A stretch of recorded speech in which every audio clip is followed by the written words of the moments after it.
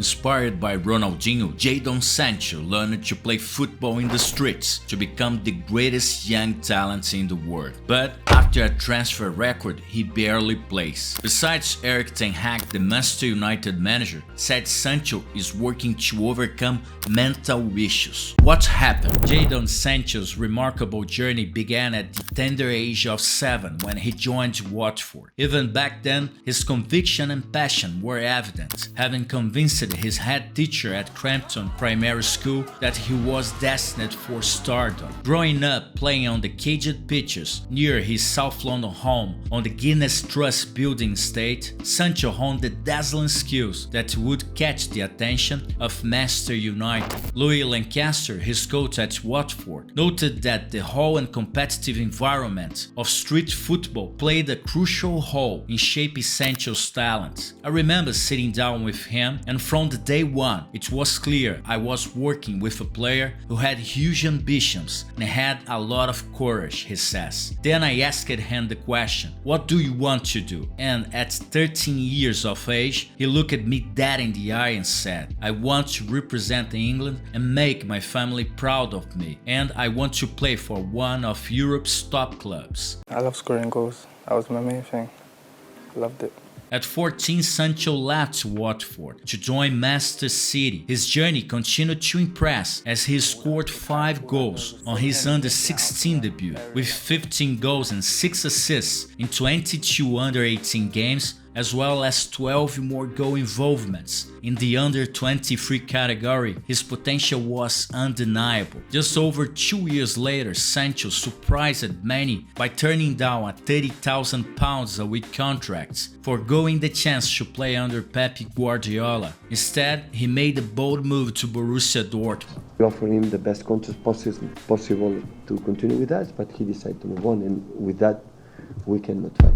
By October 2017, Sancho's rise continued, playing for England in the Under-17 World Cup. He scored 3 crucial goals during the group stage, although he missed the knockout phase. His teammates secured victory with a memorable 5-2 triumph over Spain in the final. From the streets of London to the international stage, his story was one of determination and triumph. Back in Germany, Jadon Sancho embarked on a journey that would shape his career. Joining a team with average squad age just over 24, he was ready to make his mark. The 2017-18 season saw Sancho scoring 1 goal in 12 Bundesliga appearances. It was a memorable moment in late April against Bayer Leverkusen, where he not only scored but also provided 2 impressive assists, still in the show. But it was the summer of 2018 that marked a turning point for Sancho. Striding into Signal Iduna Park, he hit his stride. By October, he was named Bundesliga Player of the Month and became Dortmund's youngest ever Champions League goal scorer. In October 2018,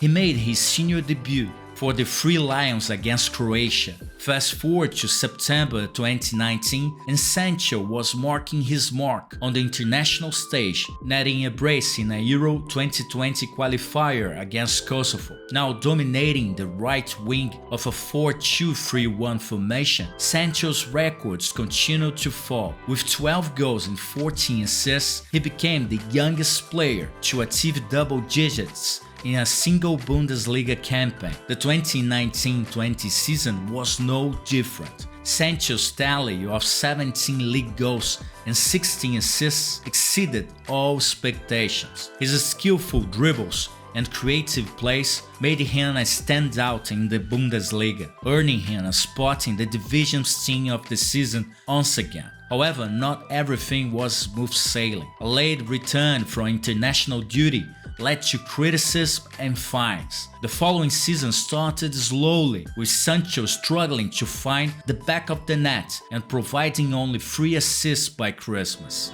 Ale bramkarze często przesuwają się na środek, ale... Yet, true to his character, Sancho bounced back with 19 goals involvements that season. He silenced the doubters and secured the German Cup, scoring a decisive brace in the final against RB Leipzig. As he lifted his first major piece of silverware. Sancho's journey from a young dreamer to a football sensation was complete, and his legacy as a top scorer in the competition remains intact. Sancho recorded 38 goals and 51 assists over the past 3 German leagues, breaking a number of long-standing records in the process. In the summer of 2021, "This is my club.